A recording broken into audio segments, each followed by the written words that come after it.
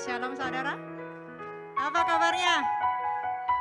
Yuk mari sebelum kita mulai ibadah aku mau undang yang masih di luar untuk cepat sedikit masuk ke dalam ruang ibadah. Kita mau buka ibadah kita. Yang satu di dalam doa. Sebelum itu aku mau ajak kita semua untuk bangkit berdiri. Selamat datang saudara. Mari kita siapkan hati kita dan kita satu di dalam doa. Tuhan, terima kasih Tuhan untuk segala kebaikan-Mu, kasih-Mu dan rahmat-Mu Tuhan tidak pernah berubah. Kami bersyukur Tuhan untuk setiap kami yang boleh hadir di tempat ini Tuhan. Kami percaya tidak satu kekurangan, tidak kurang satu apapun Tuhan. Terima kasih buat segalanya. Saat ini kami mau melupakan apa yang ada di belakang kami. Kami mau menaruh Tuhan setiap kekhawatiran kami, menaruh Tuhan setiap beban kami Tuhan di bawah kaki salib-Mu. Dan kami mau merayakan kebaikan-Mu. Terima kasih Tuhan Yesus. Mari setiap kita yang siap untuk memuji Tuhan dan menyembah Tuhan, sama-sama kita katakan amin. Amin. Katakan halo kiri dan kanan. Tuhan Yesus baik. Oke, let's praise God. Mari sama-sama kita katakan, kasihnya Tuhan itu tidak pernah terukur, saudara. Siapa yang percaya? Amin.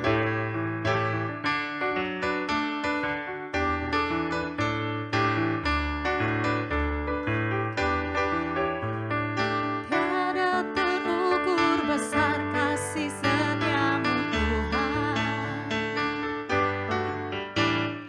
Panjang dan lebarnya melebihi lautan. Katakan jauh lebih. Yes. Engkau yang dengar pujian kami Tuhan. Amin. Selamanya. Katakan sekali lagi, kasih setia Tuhan tetap selamanya. Amin Tuhan. Mari kita katakan sekali lagi. Tiada terukur besar kasih setiamu Tuhan.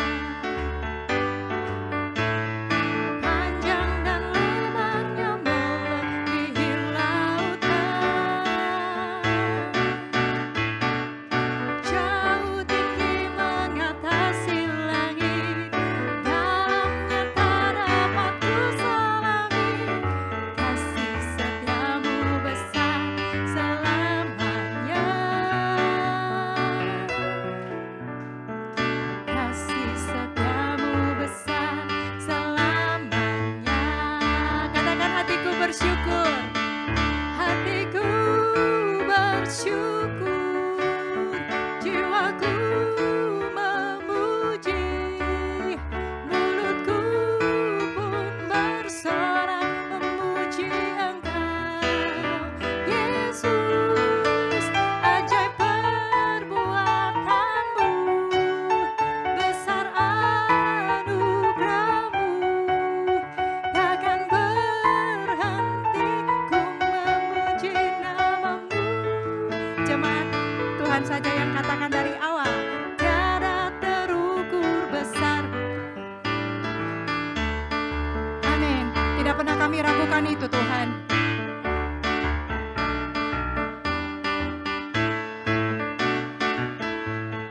Amin Lord. Jauh tinggi mengatasi langit, dalamnya tak dapat kuselami. Kasih setiamu besar selamanya. Kita deklarasikan dengan mulut kita, kasih setia Tuhan besar selamanya. Yes Lord.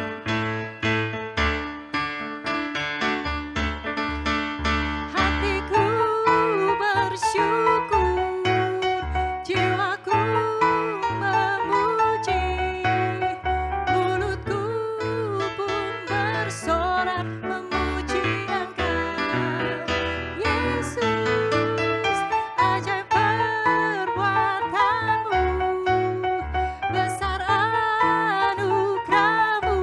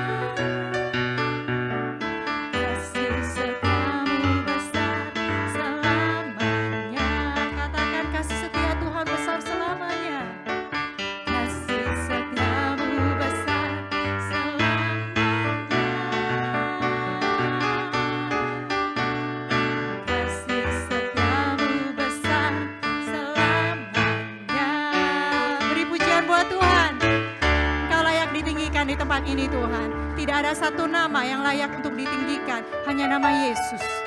Hanya nama Yesus di hidup kami Tuhan. Dimuliakan di tempat ini, dimuliakan di hidup kami Tuhan. Bapa, saat ini Tuhan, kami mau duduk diam Tuhan di dalam hadirat-Mu. Kami mau tinggal diam Tuhan, dan menikmati Tuhan hadirat-Mu. Kalau kami bisa berdiri di tempat ini, kami percaya itu semua karena perkenanan-Mu ya Tuhan.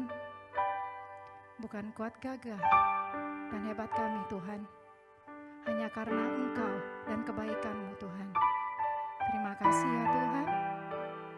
Kami mau mengingat Tuhan setiap kebaikan-Mu. Baik itu lembah, baik itu di atas gunung, kami percaya semuanya Tuhan mendatangkan kebaikan Tuhan bagi kami. Terima kasih Tuhan buat segala perlindungan-Mu di tengah-tengah situasi yang tidak menentu. Satu hal yang kami mau pegang dan kami percaya bahwa kami aman di dalam perlindungan kuasa darah Yesus. Terima kasih Tuhan. Thank you Lord. Ajar kami berdiam Tuhan, mendengarkan suara-Mu. Ajar kami peka Tuhan, untuk taat akan perintah-Mu. Thank you Lord.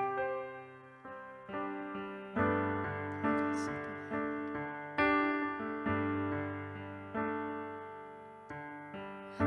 Ajarku berdiam dekat di hati-Mu,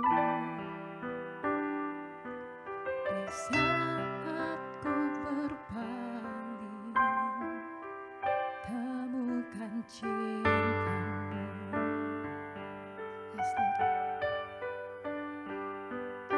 Di sana Kau menanti untuk bawa kami kembali Tuhan.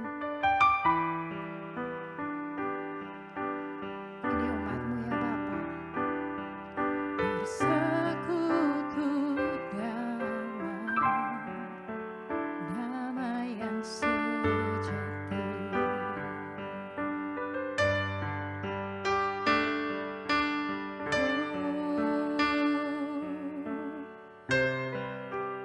Ku damba hadir-Mu, ini tempat-Mu Tuhan.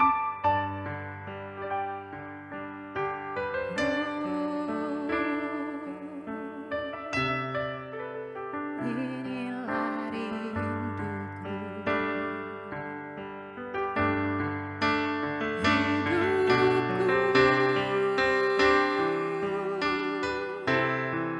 hanyalah untuk-Mu.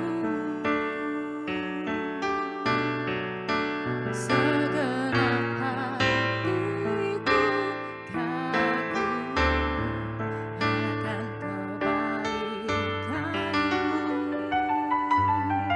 Nafas kami Tuhan, yes Lord, biar menceritakan kasih-Mu, menceritakan kasih-Mu. Ajarku berdiam dekat di hati-Mu.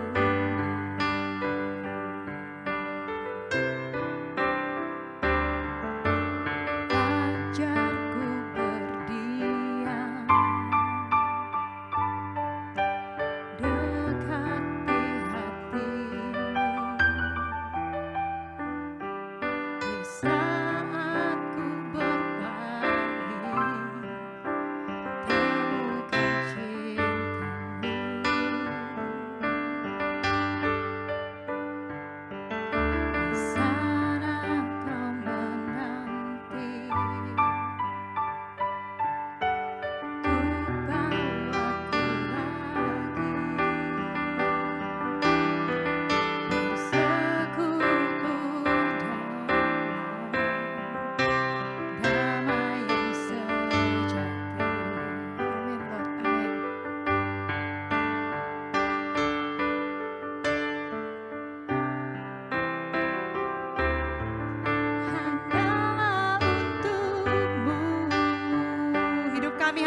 hadirat-Mu Yesus.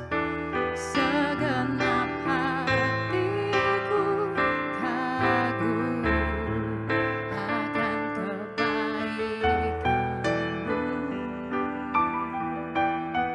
dan nafasku menceritakan kasih-Mu.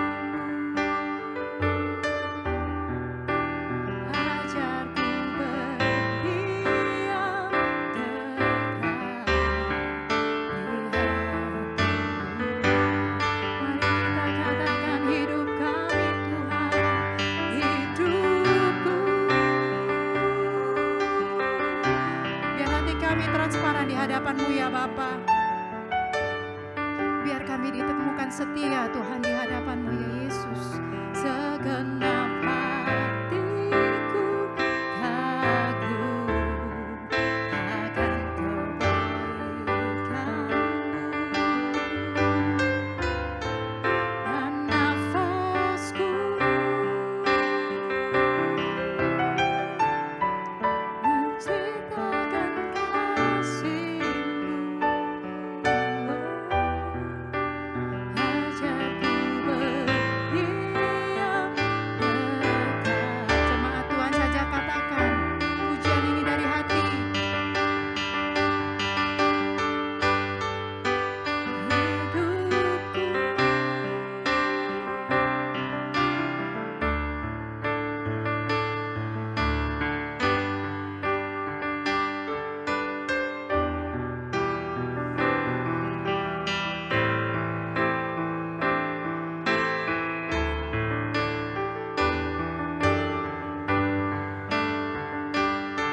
dan nafas kami,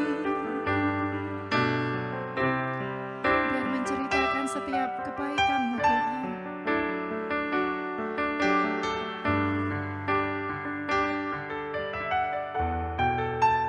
Ajarku berdiam dekat.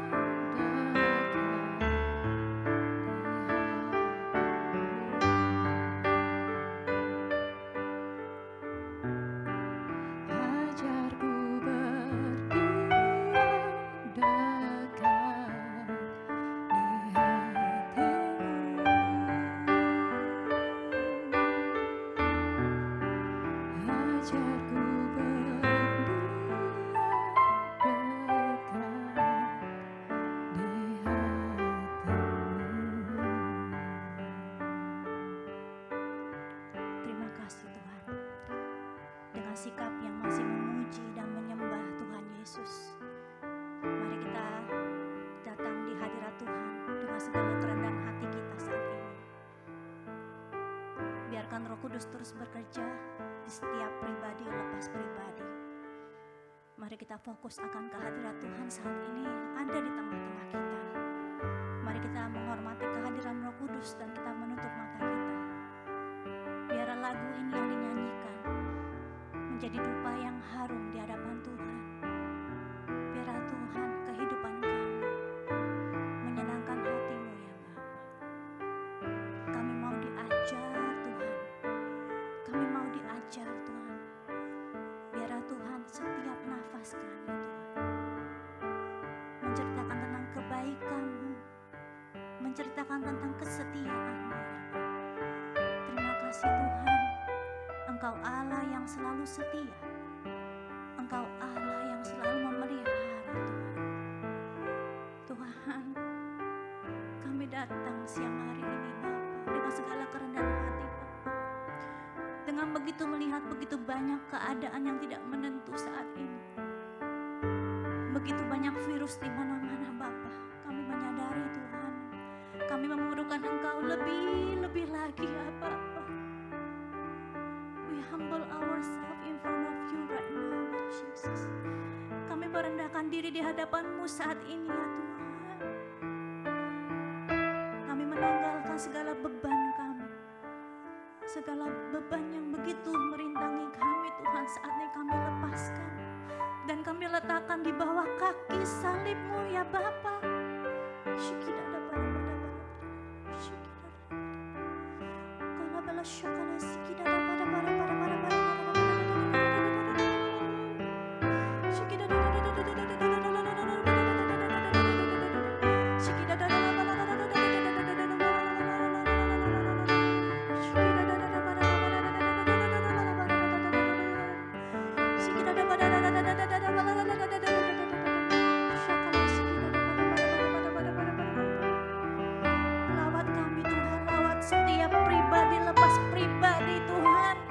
tidak ada satupun yang terlewatkan Tuhan. Banyak mereka yang haus akan Engkau saat ini, yang memerlukan jamahan-Mu Bapa, Engkau jamah saat ini. Roh Kudus, kami undang Engkau hadir dan melawat setiap dari kami ya Bapa. We need you Lord Jesus, we need you Lord Jesus. Terima kasih Tuhan, Engkau baik Tuhan. Terima kasih untuk pelawatan-Mu saat ini. Terima kasih ya Tuhan, kami memerlukan minyak yang baru dari Engkau ya Bapa. Tuhan, isilah bejana kami dengan minyak yang baru Tuhan. We need it Lord, we need it now Lord. Terima kasih Tuhan, terima kasih. Terima kasih ya Tuhan. Setiap pribadi ada tempat ini kami siap. Kami siap Tuhan untuk mendengarkan firman-Mu ya Bapa. Jadikan kami Tuhan tanah yang subur ya Bapa, yang siap ditaburi dengan firman-Mu ya Bapa. Dan kami akan tangkap itu ya Bapa. Biar Tuhan itu berakar di dalam kehidupan kami, menjadi remah dalam kehidupan kami ya Bapa. Tuhan, biar Tuhan sukacita penuh, damai sejahtera mengalir Tuhan setiap pribadi lepas pribadi tempat ini. Terima kasih ya Bapa untuk lawatan-Mu. Terima kasih ya Tuhan. You are a wonderful God. You are an amazing God, Lord. We give you thanks, we praise you, and we glorify your name. Terima kasih ya Tuhan. Setiap hari kami mengucap syukur, dan kami menaikkan setiap puji-pujian yang sudah dinaikkan menjadi dupa yang harum Tuhan untuk Engkau. Terima kasih ya Bapa. Terima kasih Roh Kudus, kami mau berdoa untuk firman Tuhan yang akan disampaikan oleh Pak Rianto Tuhan. Kau yang memberkati beliau, Kau yang memataikan dia Tuhan. Kau yang memberikan Tuhan anugerah-Mu Tuhan, hikmat-Mu yang mengalir Tuhan, sehingga apa yang disampaikan adalah berasal dari hati-Mu yang paling dalam ya Bapa, untuk Kau berikan kepada anak-anak-Mu di tempat ini. Terima kasih ya Bapa. Terima kasih Tuhan. Hanya di dalam nama Tuhan Yesus Kristus semua yang percaya berkata, amin. Haleluya, haleluya. Silakan duduk semuanya. Siapa yang hari ini diberkati dengan puji-pujian hari ini? Amin ya, saya juga diberkati. God is so good. Oke, welcome semuanya di kebaktian Bindov Plus hari ini. Kita akan mau menyambut yang orang-orang yang baru. Selamat datang. Ada beberapa announcement yang akan disampaikan hari ini. Pertama adalah kita ada translation ke bahasa Inggris. Untuk yang memerlukan translation ke bahasa Inggris bisa menghubungi Ashir kami, ya. Kalau yang prefer untuk mendengarkan dalam bahasa Inggris, oke. Terus berikutnya kita ada permohonan, jika kalian ada permohonan doa, prayer request, bisa menghubungi kami untuk kami doakan. Tim doa kami siap mendoakan setiap kebutuhan yang ada. Kalian bisa kirim email ke bindovplus@gmail.com atau bisa WhatsApp kami di 8884 3324. Berikutnya ada pengumuman yang lain adalah kita ada cell group setiap Jumat. Kami rindu untuk mengundang kalian yang baru pertama kali datang, yang rindu ingin mengenal kita lebih dekat lagi, karena di kebaktian onsite ini kita nggak bisa mingle ya, kita nggak bisa ngobrol, tapi kita rindu untuk kalian bisa join cell group kita, bisa menghubungi di email yang sama, bindovplus@gmail.com, dan WhatsApp yang sama 8884 3324. Oke, berikutnya pengumuman yang berikutnya adalah tanggal 26 Maret ini jam 5 sore kita akan mengadakan online service. Kita akan adakan ini sebulan sekali. Kita mau mengundang kalian untuk join. Ini akan dilakukan through Zoom.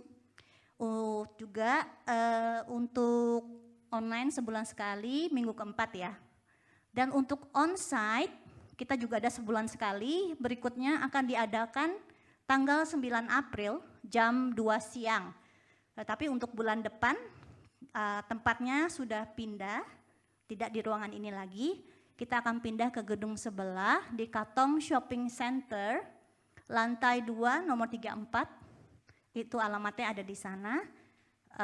Dan untuk Bindov Plus Kids juga akan pindah tempat, tidak di ruangan sebelah sini, tapi kita akan adakan di gedung ini Bingung nggak ya? Oke, main service bakal ada di gedung seberang bulan depan, tapi untuk anak-anak kita akan adakan di gedung ini, di The Odeon Katong, lantai 2, lantai ini, tapi nomor 23 dan 24. Kalau misalnya bingung ya, ada beberapa perubahan, don't worry, kalian bisa cek di sosial media yang ada, kita ada Facebook, bisa dicek di sana, information will be provided there, dan juga kita ada Instagram. Nah, untuk kalian yang mau tahu bahasa Indonesia Fellowship ini apa kegiatannya dan apa pelayanannya, kalian bisa ngecek di YouTube. Di YouTube kita ada khotbah-khotbah yang sebelumnya dan juga praise and worship yang sebelumnya. Coba dicek, semoga bisa memberkati. Oke, berikutnya kita menyediakan kotak persembahan di dekat pintu keluar dan di meja asyir. Jika kalian ingin memberi, silakan perpuluhan atau persembahan. Dan selain itu kalian juga bisa memberikan secara online. Informasinya sebagai berikut.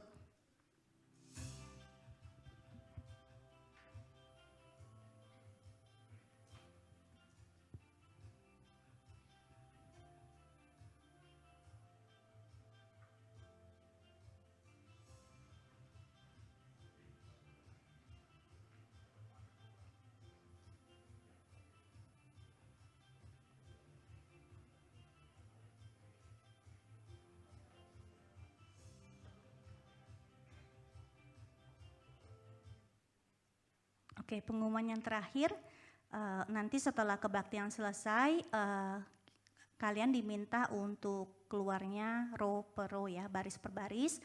Jadi nggak langsung berbarengan semua karena kita harus mengikuti protokol yang ada. Nanti Asyir akan membantu kalian untuk directionnya ya, row mana yang bakal keluar duluan. Sekian announcement. Mari siapkan hati kita untuk mendengarkan firman Tuhan. Amin.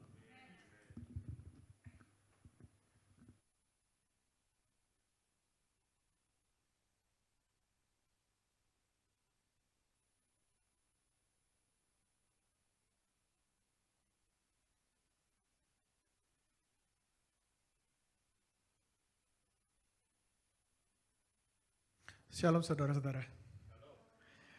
Wah, senang sekali ketemu lagi dengan semuanya di sini. Saya mengucap syukur sama Tuhan melihat kehadiran saudara semua di sini. Ini hari Sabtu jam 2 siang gitu ya. Saudara tapi ada di sini. Saudara tahu nggak satu hal? Ya, saya juga berterima kasih sama Tuhan karena mungkin saudara nggak sadar gitu ya. Kehadiran saudara itu sebetulnya telah memberikan encouragement buat saya secara pribadi yang preaching gitu ya, dan juga encouragement buat semua tim yang melayani hari ini. Ya, semua tim pelayan di tempat ini, mereka ter-encourage karena kehadiran saudara. Mungkin saudara nggak sadar, oh saya cuma hadir. No. Ya, saudara tadi diberkati nggak? Dari awal saya percaya saudara diberkati dengan puji-pujian. Ya. Tapi bukan hanya saudara akan mendapatkan berkat, tapi kehadiran saudara sebetulnya memberkati semua yang melayani hari ini. Amin. Ya, saudara diberkati, semua yang melayani di sini juga diberkati sama kehadiran saudara. Ya, jangan anggap enteng, saya kan cuma hadir. No, kehadiran saudara sangat penting bagi kami yang melayani semua. Amin. Ya, tapi saya percaya yang paling penting hari ini Tuhan akan memberkati saudara. Amin. Amin. Tadi ada mungkin sedikit tadi Ibu Nawa mungkin agak kurang memberikan keterangan tentang bulan depan kita akan pindah. Ya, kita akan pindah, kita nggak pernah minta pindah. Ya, saya pikir kita harus menuhin tempat ini. Ya, mau menuhin tempat ini aja kita masih berpikir ya, gimana caranya. Tapi ini kita baru ketiga kali saya lihat bangku-bangkunya makin terpenuhi. Ya, tapi rupanya Tuhan punya pendapat lain. Ya, jadi kita nggak pernah minta pindah, tapi Tuhan gerakan dari Cornerstone Community Church untuk memberikan kita tempat yang lebih besar. Ya, saya rasa karena mungkin Tuhan bilang sama mereka kasih yang lebih besar karena ini bakal banyak orang yang datang begitu ya mungkin ya. Ya, jadi kita pindah ke nanti kalau bulan depan saudara lihat tempatnya kita hanya di gedung sebelah aja. Ini Odeon Katong, kita akan pindah ke Katong Shopping Center di sebelah di gedung sebelah, tempatnya akan lebih besar. Ya, itu tempat yang dipakai juga untuk kami Bahasa Indonesia Fellowship mengadakan ibadah setiap hari Minggu. Ya, sekarang Sabtu juga kita akan pakai di sana. Dan untuk children ministry-nya, untuk Bindo Plus Kids, bukan cuma yang orang gede yang dikasih tempat lebih gede, ternyata yang untuk anak kecilnya pun, ya dari Cornerstone Community Church memberikan kita tempat yang lebih besar dan lebih proper, karena memang tempat yang dipakai nanti adalah tempat yang dipakai sama Cornerstone Community Church untuk children ministry mereka. Jadi kita diberikan 2 ruangan yang lebih besar, di lantai yang sama, hanya ruangan agak beda. Kalau saudara yang pernah datang ke Cornerstone Children Ministry, saudara tahu tempatnya di mana, di pojokan sana gitu, itu daerahnya Children Ministry. Kita diberikan 2 ruangan di sana, ya untuk anak kita, karena saya percaya Tuhan juga berpikir kalau orang tuanya makin banyak, anak-anaknya juga akan makin banyak. Amin. Saudara kayaknya kurang semangat ya, apa kurang minum kopi atau lainnya. Oke, kita mau mulai untuk tidak menunda lagi. Ibadah yang lalu saya bilang, kita bicara tentang rebuilding the wall, itu temanya. Tapi karena begitu banyak hal yang bagus, ya begitu banyak hal yang kita bisa aplikasikan dalam hidup kita, maka saya bilang bulan lalu kita akan pecah jadi 2. Ya. Kemarin sebagian, hari ini kita akan lihat sebagiannya lagi. Ya. Temanya masih tetap sama, rebuilding the wall, tapi hari ini ditambahin part 2, yang kemarin part 1. Oke? Ya. Nah, sebelum kita lanjutkan, mungkin ada dari saudara yang kemarin datang, mungkin nggak gitu ingat apa sih yang kemarin kita bahas, hari ini kok lanjutannya. Jadi saya ingin mengulang kembali sedikit, bukan mengulang ya, cuma mau ngeliatin poin-poinnya saja yang bulan lalu kita sudah ngomongkan apa. Ya, untuk membangun tembok perlindungan, tembok iman kita kembali, ada beberapa poin yang sudah dibahas bulan lalu, kita ambil dari buku Nehemia. Yang pertama, merendahkan diri kita di hadapan Tuhan dan minta pengampunan akan kesalahan yang telah kita lakukan. Ini diambil dari Nehemia 1 ayat 4-7, nanti saudara kembali bisa lihat lagi di Alkitab ya. Nehemia 1, 4-7 ini poin yang pertama, bagaimana caranya kalau kita nggak mau membiarkan tembok iman kita berlubang-lubang, supaya pencuri tidak terus mencuri dari kita, tapi kita bisa aman di tangan Tuhan, bersama Tuhan. Bagaimana caranya? Ini poin yang pertama. Ya, merendahkan diri kita di hadapan Tuhan dan minta pengampunan akan kesalahan yang telah kita lakukan. Poin kedua, imani janji Tuhan untuk hidup kita dan ingat kebaikan-kebaikan Tuhan dahulu dalam hidup kita. Ini saudara bisa baca di Nehemia 1 ayat 8-10.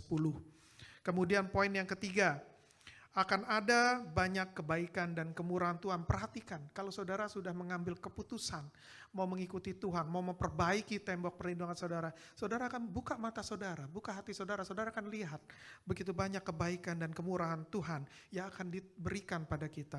Ya, yang sudah tergerak untuk membangun kembali tembok iman kita. Ini ada di Nehemia 2 ayat 1-8. Dibaca kembali lagi nanti.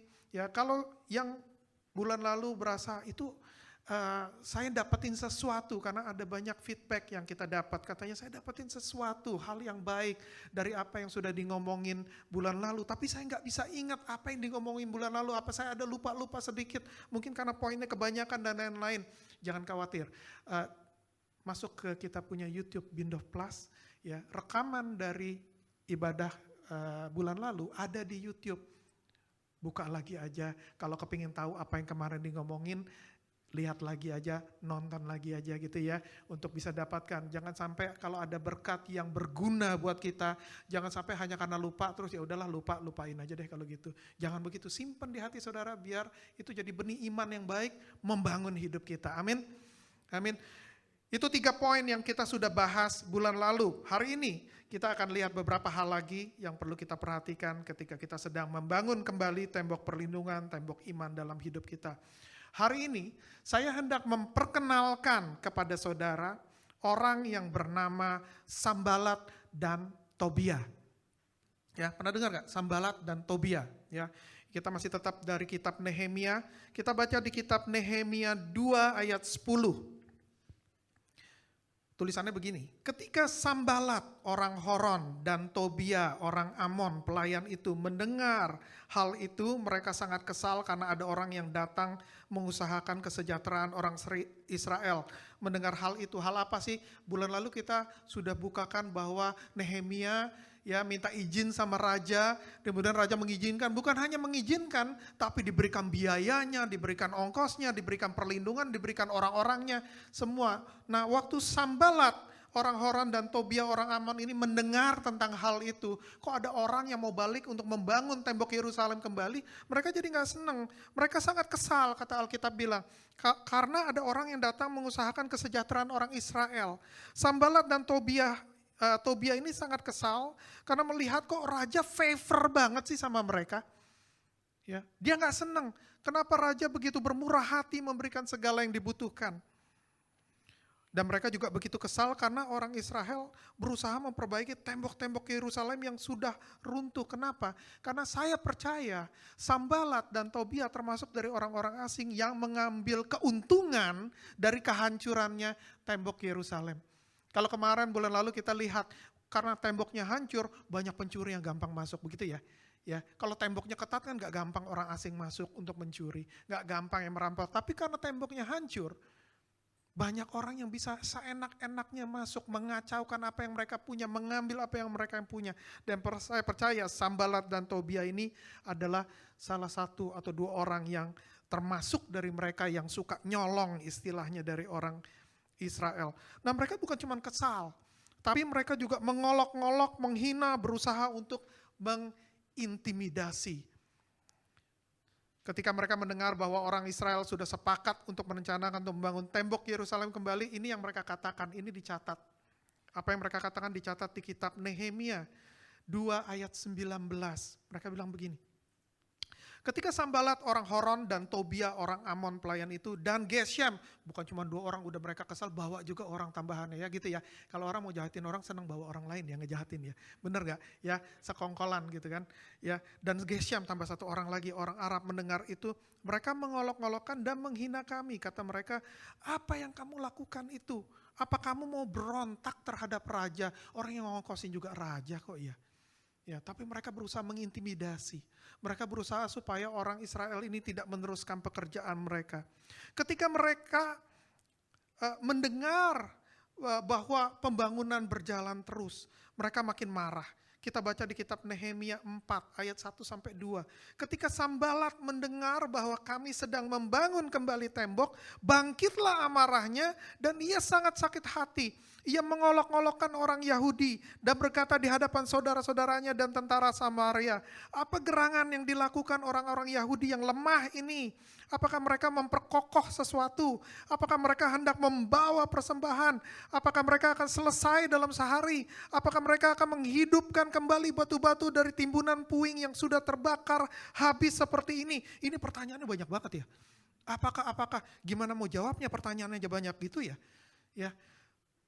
Kemudian ayat 3, lalu berkatalah Tobia orang Amon itu yang ada di dekatnya, sekalipun mereka membangun kembali, kalau seekor anjing hutan meloncat dan menyentuhnya, robohlah tembok batu mereka. Memangnya kertas, dilewatin bisa hancur.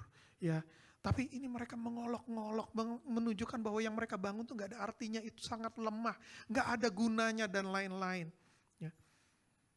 Ketika mereka mendengar bahwa pekerjaan pembangunan ini terus maju, mereka semakin marah. Bukan hanya marah, sekarang karena udah diolok-olok, diintimidasi, disuruh stop, nggak mau stop, ya.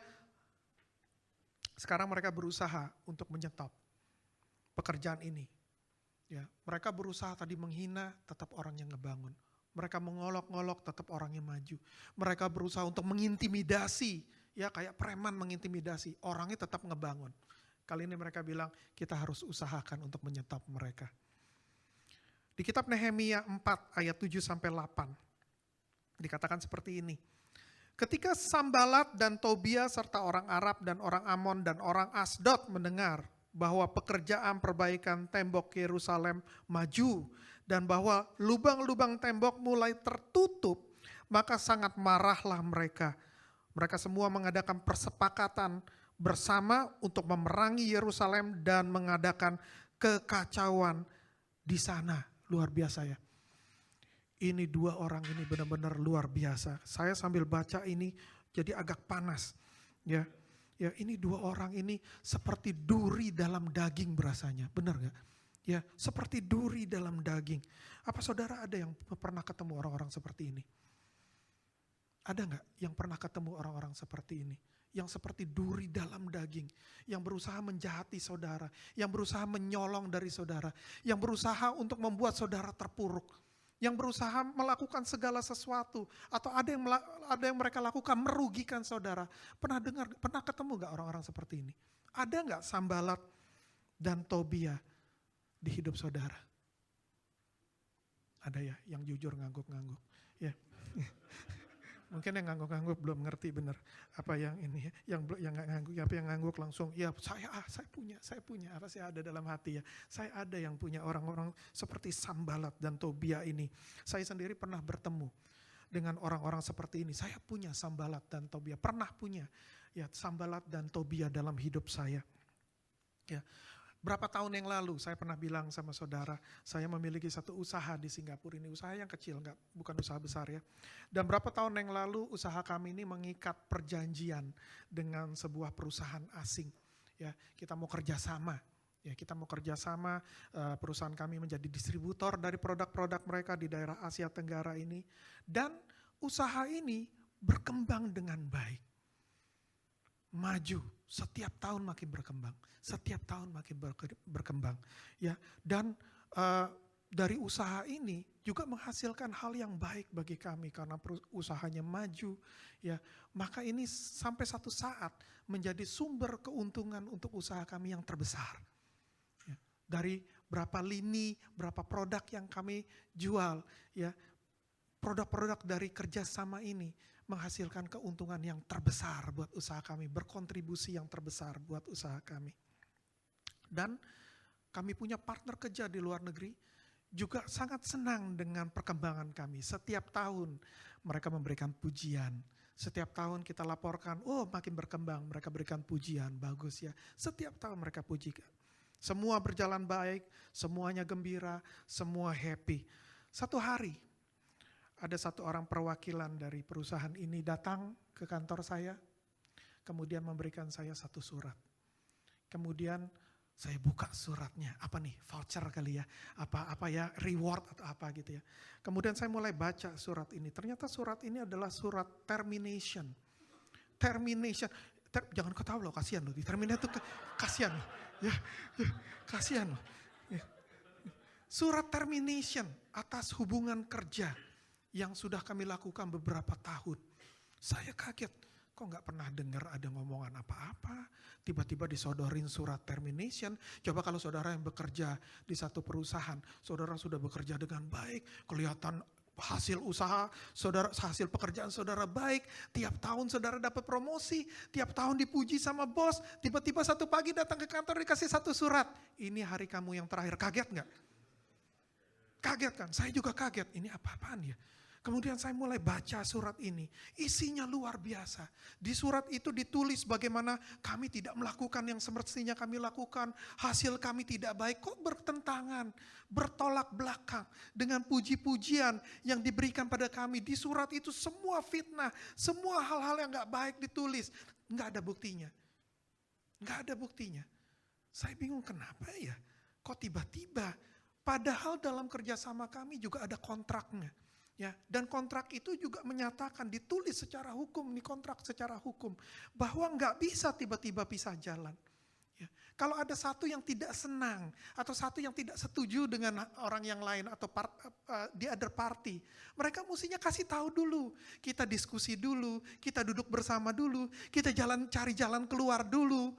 Ya, kalau tidak ada, tetap ada kebuntuan, tidak ada kemajuan setelah itu, baru kemudian kita cari mediasi. Ya, mungkin kita cari siapa yang bisa memediasi, menjelaskan pada kita kesalahannya apa.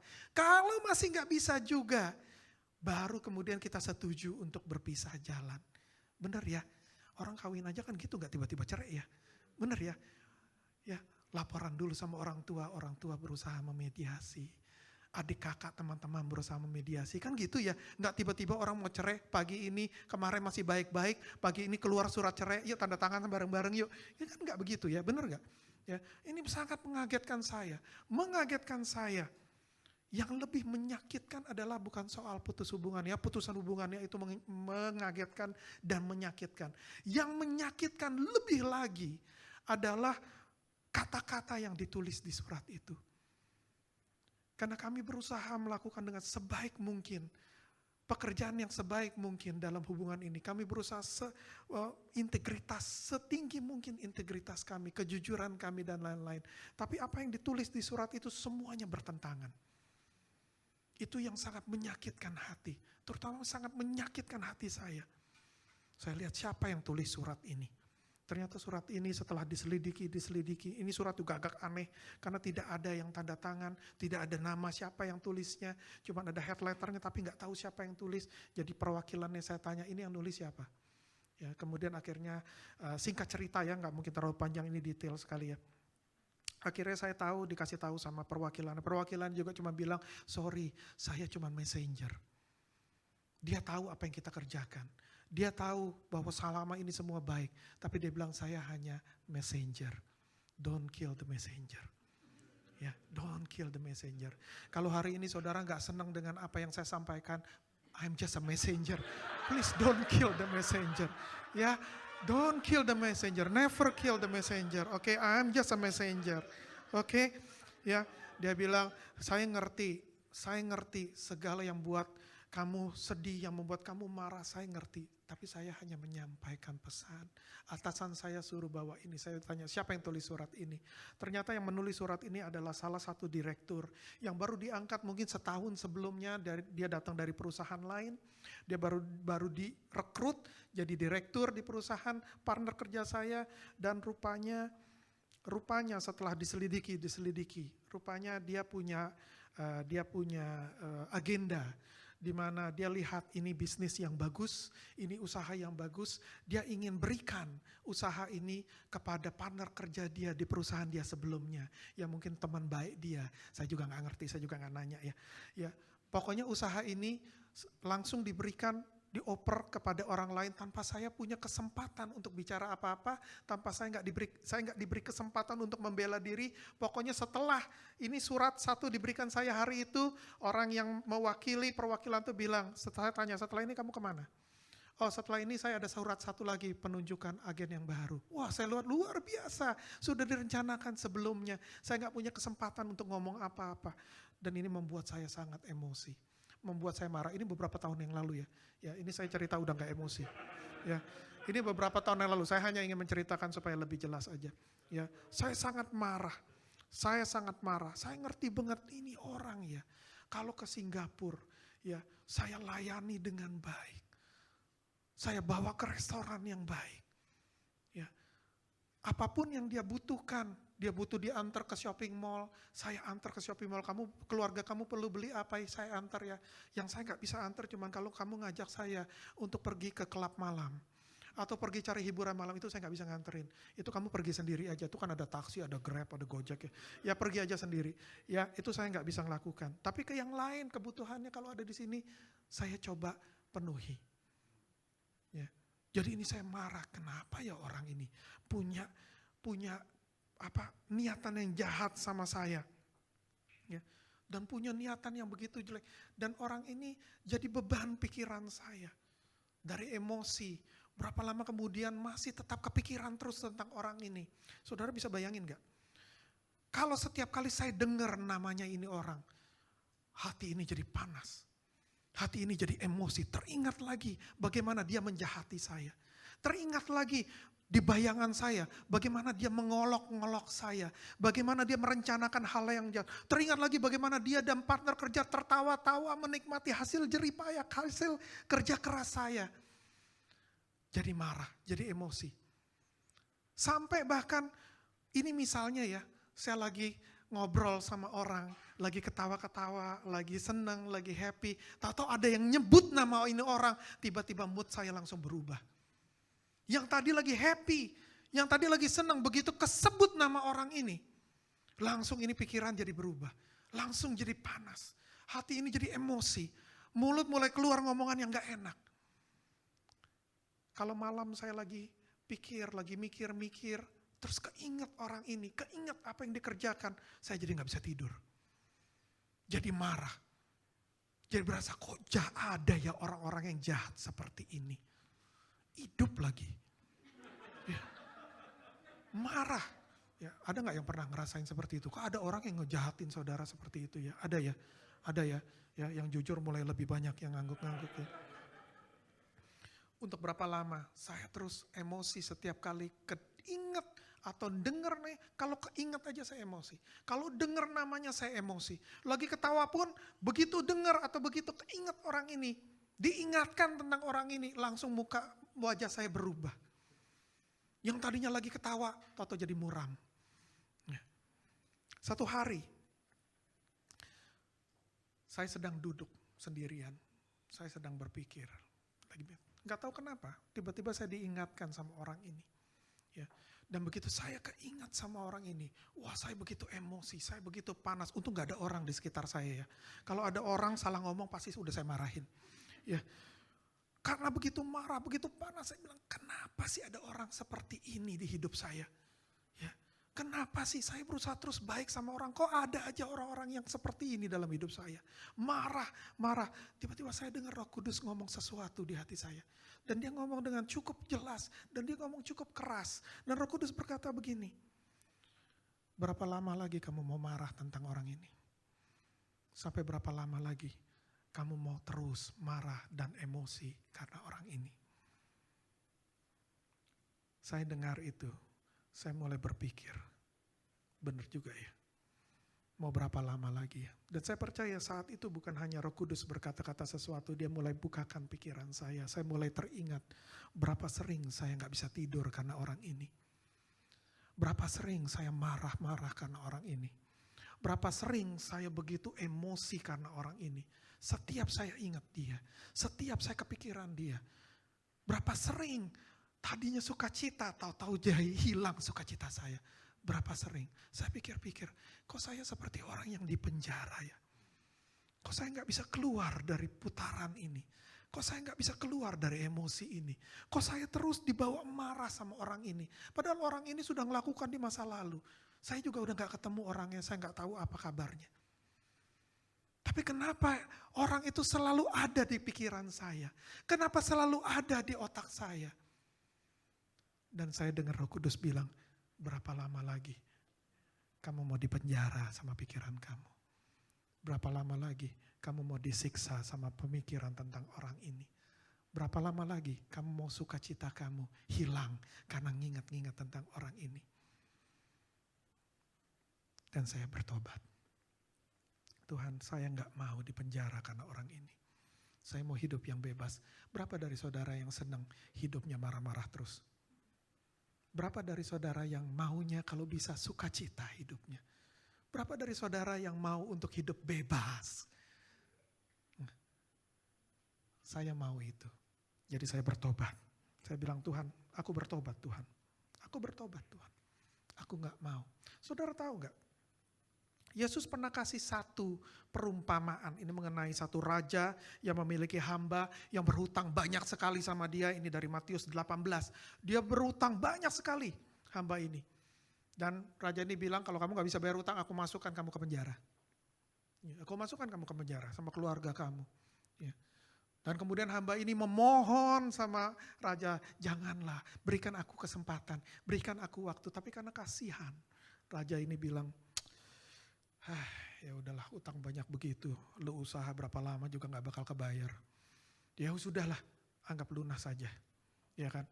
Anggap lunas saja. Maka hamba ini berterima kasih luar biasa. Kemudian dia keluar, dia ketemu temannya hamba yang lain. Hamba yang lain punya utang yang sedikit sama dia, jauh lebih sedikit dari utang dia sama raja. Dia bilang, kamu utang sama saya, bayar. Kalau kamu gak bayar, aku masukkan kamu ke penjara. Dan hamba ini bilang, tolonglah kasih saya waktu, berikan saya waktu sedikit lagi, saya hari ini bulan-bulan ini lagi sepi nih kerjaan. Tolonglah, ya nanti kalau saya udah punya duit saya bayar pasti. Tapi hamba ini bilang, no, kamu janji-janji saja. Enggak, stop, Kalau kamu gak bisa, saya masukkan kamu ke penjara. Karena kamu gak bisa, saya masukkan kamu ke penjara. Dan waktu teman-teman hamba yang dimasukkan penjara ini lihat, mereka sedih. Mereka sedih, kenapa teman saya dimasukkan penjara? Dan mereka lapor sama raja. Raja, itu yang kamu, hamba yang kamu ampuni itu, dia lakukan gini sama hamba yang lain. Dan raja itu menjadi marah.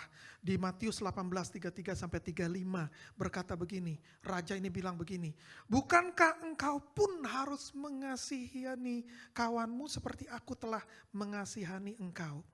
Maka marahlah tuannya itu dan menyerahkannya kepada algojo-algojo sampai ia melunaskan seluruh hutangnya.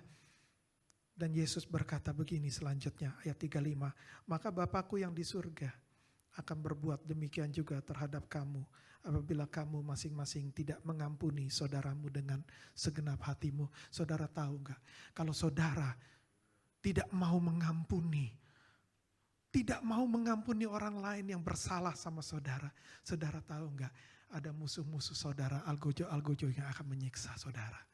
Dia akan masukkan saudara dalam tahanan. Setiap kali dia akan datang untuk menyiksa saudara. Dia ambil sukacita saudara, apapun yang saudara punya. Mungkin lagi gembira, dia bisa ambil kapanpun yang dia mau. Kebahagiaan saudara, dia bisa ambil kapanpun dia mau. Saudara lagi senang-senang, saudara mau bebas, sorry, saudara di dalam penjara. Saudara mau baru keluar dari penjara, dia ingatkan lagi saudara tentang hal-hal yang saudara alami. Dan saudara terpuruk lagi di dalam penjara. Algojo-algojo, musuh-musuh saudara, gak akan membiarkan saudara keluar dari penjara itu. Kita harus belajar mengampuni orang. Karena pengampunan ada di hatinya Tuhan.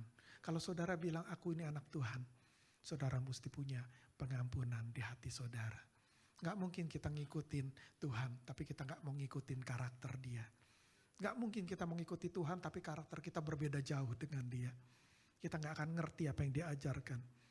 Kita mesti ngerti bagaimana untuk mengampuni. Susah gak? Susah banget. Mungkin saudara bilang, Bapak gak tahu aja. Orang yang mesti saya ampuni itu seperti apa jahatnya. Saya ngerti dan dia hidup kan. Saya ngerti jahatnya dan dia hidup, saya ngerti. Saya ngerti, tapi seringkali Tuhan suruh kita mengampuni bukan karena orang itu layak untuk diampuni. Tuhan suruh kita mengampuni supaya kita bisa hidup bebas. Tuhan suruh kita mengampuni supaya kita bisa menerima berkat yang Tuhan sudah sediakan. Tuhan suruh kita mengampuni supaya kita bisa berjalan jauh sama Tuhan, tidak terpuruk di dalam penjara. Maka itu Tuhan bilang, ampuni, percaya padaku. Ampuni orang itu, kau akan hidup bebas. Kau akan punya perasaan lebih bebas dari sebelumnya. Kau akan bisa bersuka cita. Gak ada satupun yang bisa membuat sukacitamu hilang. Amin. 2 tahun yang lalu, ketika lagi pandemik baru mulai. Ya, kalau saudara ingat 2 tahun yang lalu, 2020. Waktu pandemik ini mulai. Setelah di Cina mulai, kemudian di Eropa melanda luar biasa. Ya, di Eropa begitu banyak yang terkena, begitu banyak yang mati. Satu hari saya lagi ngelihat berita. Kemudian begitu ngelihat berita, Tuhan gerakkan hati saya, karena saya banyak partner kerja di Eropa. Tuhan gerakkan hati saya, kenapa kamu gak tanya keadaan mereka? Kirim WhatsApp, ya kadang-kadang ya, kalau saudara lagi sedih, lagi takut, lagi ini, terus dapat WhatsApp dari teman saudara yang nanya, bagaimana keadaan kamu oke gak? Senang gak? Senang ya, berasa kayaknya ada yang memperhatikan, benar gak? Ya apalagi dibilang, aku doakan buat kamu ya, aku dukung doa ya, semangat terus ya. Jadi Tuhan gerakkan hati saya, itu yang di Eropa, partner kerja kamu, coba dihubungi satu persatu. Saya hubungi dengan WhatsApp, kamu gimana keadaannya? Baik ya, enggak ini ya, enggak kena ya. Wah puji Tuhan, saya dukung doa ya, tetap sehat ya tetap semangat ya. Kalau ada yang kena, ya istirahat ya, istirahat lu, jangan capek-capek ya, kita dukung doa biar kamu cepat sembuh ya. Wah senang, semua senang. Ya, terus saya setelah ngirim itu, saya lagi ngeliat berita lagi, tiba-tiba ada sesuatu yang ada di hati saya. Tuhan bilang, kamu ingat gak itu orang yang pernah nyakitin kamu? Dia kan juga di Eropa, dia kan tinggalnya di Italia, pada saat itu Italia yang paling parah. Coba kamu hubungi. Saya pikir Tuhan gak salah ya, gak salah Tuhan, bener loh Tuhan, gak salah ya. Maksudnya ngumbungi untuk tanya dia sehat-sehat kan, ya kan? Bukan nanya kamu udah kena atau belum gitu kan, bukan ya? Bener ya? Tuhan, nggak salah loh. Ya, ya. Tapi Tuhan terus taruh di hati saya. Wah, my flesh say no, tapi my heart say yes. Hubungi. Karena saya mau jadi orang yang obedience sama Tuhan. Maka saya hubungi dia. Sambil berharap, tolong nomornya ganti, tolong nomornya ganti, tolong nomornya ganti. Ya. Harapannya udahlah, gak usah dijawab. Gitu ya. Kita kan bukan berteman ya. Tapi saya tanya, bagaimana keadaan kamu di sana? Bagaimana keluarga kamu di sana? Apa semuanya baik-baik? Nggak, saya dengar Itali lagi dalam keadaan yang sulit dan lain-lain. Baru minta, Tuhan, kalau bisa nggak usah dijawab, nggak apa-apa Tuhan. Yang penting saya udah ngerjakan bagian saya ya. Nggak sampai 5 menit dia jawab. Oh terima kasih ya atas ininya ya, kamu udah perhatiannya ya, ya kita baik-baik, semuanya baik-baik, memang menakutkan di sini, bla bla bla bla bla bla bla bla bla gitu ya. Ya akhirnya kita jadi chit chat. Akhirnya terakhir saya bilang, oke, saya dukung doa ya, supaya kamu sekeluarga semua baik-baik. Ya be careful, ya jaga diri baik-baik, ya pokoknya kita dukung doa, God bless. Ya, sudah selesai. You know what? Setelah saya selesai bicara, you know segala yang ada di hati, beban semuanya lewat, semuanya beban. You know you need a closure, right? Correct or not? You need a closure, right? Kalau ninggalin sesuatu yang kayak ini, Tuhan kasihkan saya closure. He give me closure. After that, nothing, gak ada satupun yang bisa mengganggu pikiran saya. Tentang orang ini sudah selesai urusan kita. Sudah selesai, Tuhan sudah jawab semuanya, Tuhan berikan closure. Hari ini bebas. Bebas. Saudara tahu ada satu firman Tuhan yang mengajarkan seperti ini di Roma 12 ayat 20. Tetapi jika seterumu lapar, berilah dia makan seteru musuh-musuhmu ya. Jika ia haus, berilah dia minum. Dengan berbuat demikian kamu menumpukan bara api di atas kepalanya. Pernah dengar gak firman Tuhan ini? Kalau ada orang yang menjahati kamu, buat baik sama dia. Waktu kamu buat baik sama dia, firman Tuhan bilang seperti kamu menumpukan bara api di atas kepalanya. Tapi jangan salah ya saudara, firman Tuhan ini bukan maksudnya ini ya, kalau kamu mau menyiksa dia. No, firman Tuhan ini gak ngomong tentang menyiksa. Ya. Dia tahu kesalahan dia apa. Dia lakukan yang jahat, kamu lakukan yang baik. Dia seperti ditaruh bara api yang membuat dia sadar akan apa yang dia lakukan. Dan dia bertobat. Dan dia bertobat dan dia kembali sama Tuhan. Itu yang kita inginkan. Biar orang yang jahat mengerti akan kejahatan mereka. Dan mereka bertobat dan berbalik dari dosa-dosa mereka. Kalau ada orang yang menjahati saudara, firman Tuhan bilang kalau saudara berbuat baik sama mereka, itu akan membuka kesempatan bagi orang itu menyadari kesalahannya dan bertobat. Amin, itu yang kita mau. Amin. Perhatikan baik-baik. Ketika kita sedang berusaha membangun kembali tembok iman kita, musuh kita pasti gak senang. Ya, kalau kita mau bangun tembok iman, musuh kita pasti gak senang. Dan akan berusaha untuk menghambat pekerjaan pembangunan kita. Seperti Sambalat dan Tobia berusaha untuk menghambat. Musuh-musuh kita pasti akan berusaha menghambat pekerjaan kita. Tetapi saudara mesti sadari, musuh kita bukan Sambalat. Musuh kita bukan Tobia di hidup saudara. Musuh saudara bukan Geshem atau si A atau si B atau si C. Mereka hanya alat-alat yang dipakai sama musuh kita yang sesungguhnya. Untuk mengacaukan hidup kita. Musuh kita punya agenda untuk mengacaukan hidup kita. Musuh-musuh yang sesungguhnya ada di balik orang-orang yang menyakiti saudara. Rasul Paulus bilang begini. Efesus 6 ayat 12. Karena perjuangan kita bukanlah melawan darah dan daging, tetapi melawan pemerintah-pemerintah, melawan penguasa-penguasa, melawan penghulu-penghulu dunia yang gelap ini, melawan roh-roh jahat di udara. Itu musuh-musuh saudara yang sesungguhnya. Jangan buang energi dengan Sambalat dan Tobia di hidup saudara. Semakin banyak energi, percaya sama saya. Bertahun-tahun saudara deal dengan Sambalat dan Tobia, begitu saudara bisa deal dengan itu, datang yang namanya Geshem. Saudara deal sama Geshem, datang yang namanya si A, datang namanya si B. Saudara akan terus terpuruk di sana kalau saudara nggak ngerti siapa musuh saudara sebenarnya dan apa agendanya.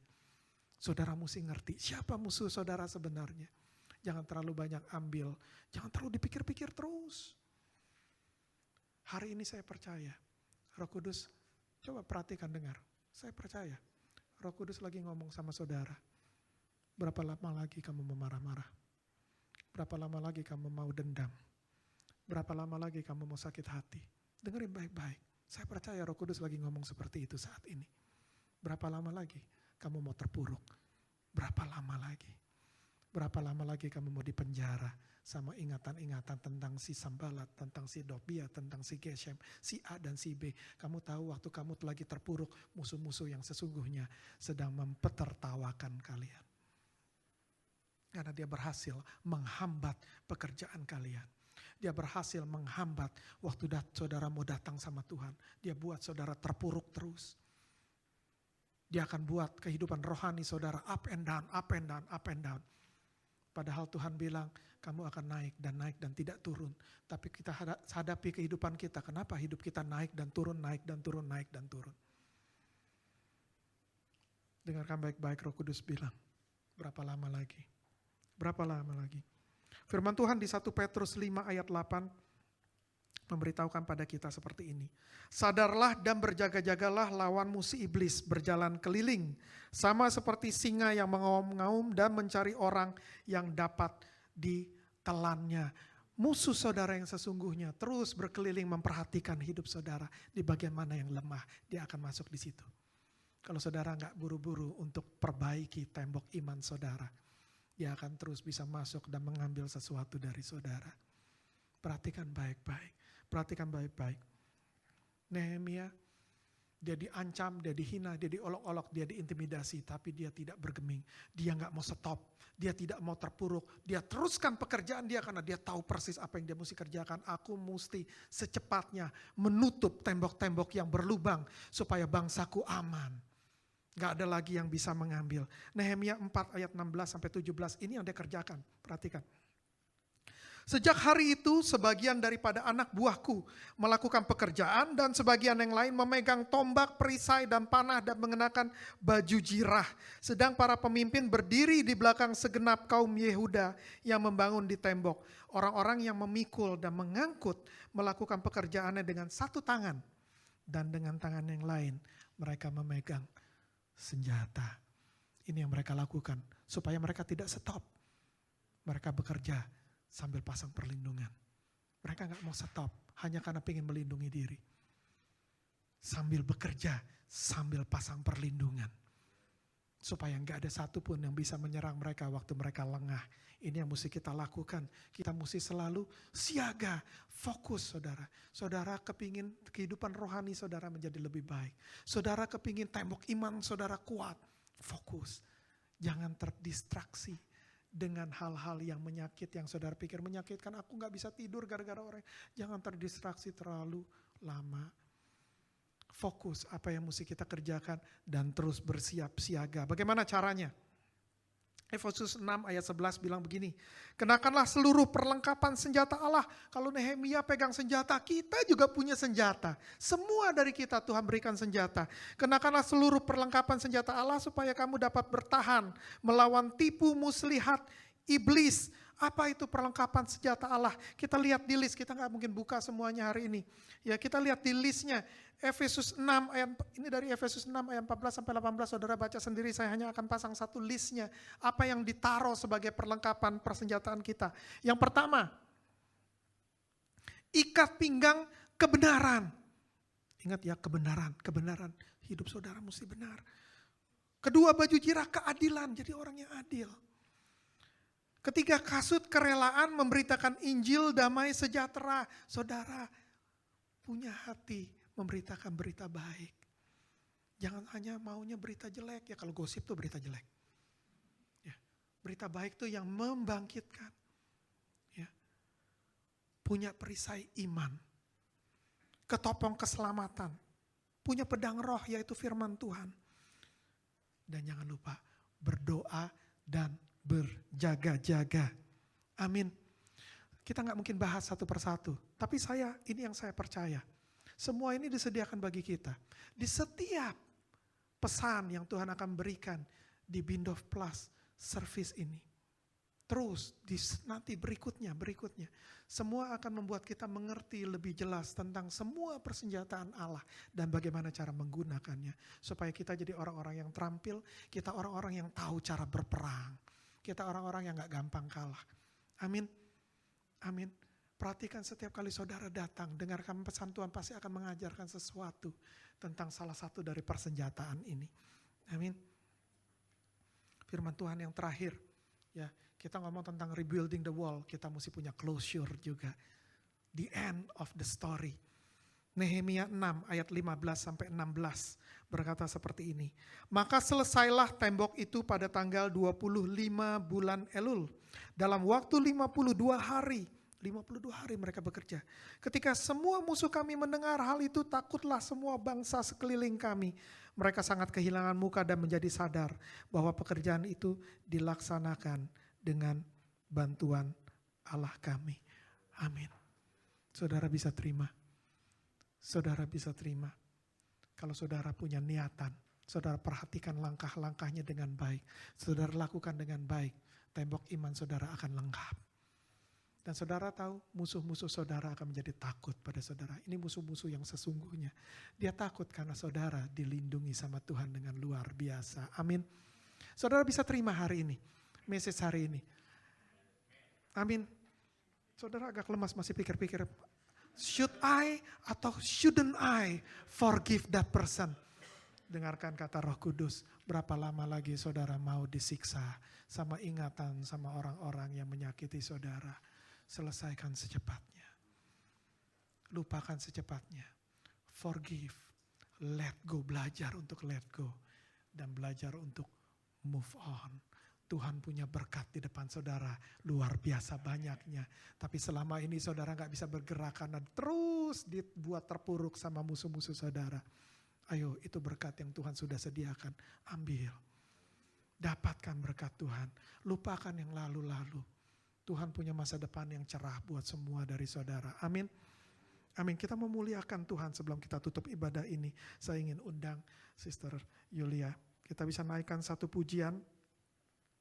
Kita ingin memuji Tuhan untuk apa yang sudah Dia beritahukan kepada kita.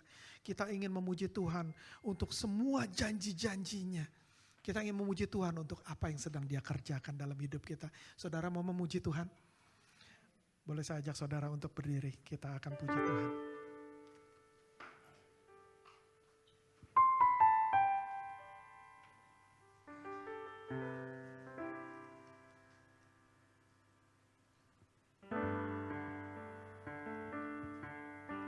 Tuhan adalah kekuatanku,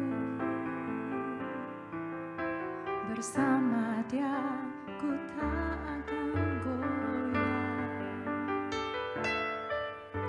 Ku kan terbang tinggi bagai raja wali, melakukan perbuatan yang besar. Sama-sama kita ulangi saudara. Tuhan adalah kekuatanku, bersama Dia ku tak akan goyah. Ku kan terbang tinggi bagai raja wali, melakukan perbuatan yang besar. Ku kan terbang tinggi bagai raja wali dan melayang tinggi. Yes Lord, dalam kemuliaan-Nya, biar bumi bergoncang dan badai menerpa. Ku kan terbang tinggi bersama Dia. Ku kan terbang tinggi bagai raja wali dan melayang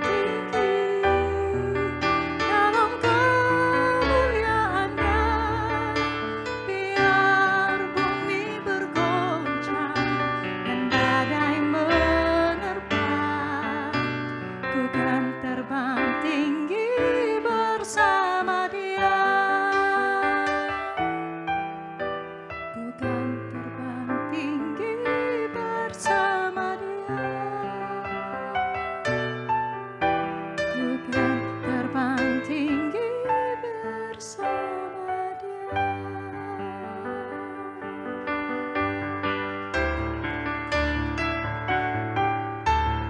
Nyanyi dan bersoraklah bagi Dia. Pujian, yes Lord.